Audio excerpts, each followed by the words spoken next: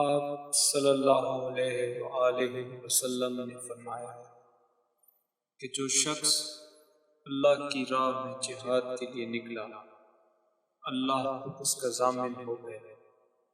اللہ تعالیٰ فرماتا ہے اس کو میری ذات پر یقین اور میرے پیغمبروں کی تصدیق نے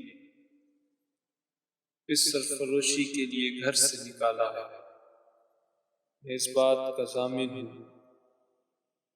کہ یا تو اس کو واپس کر دوں ثواب اور مال غنیمت کے ساتھ، یا شہید ہونے کے بعد جنت میں داخل کر دوں۔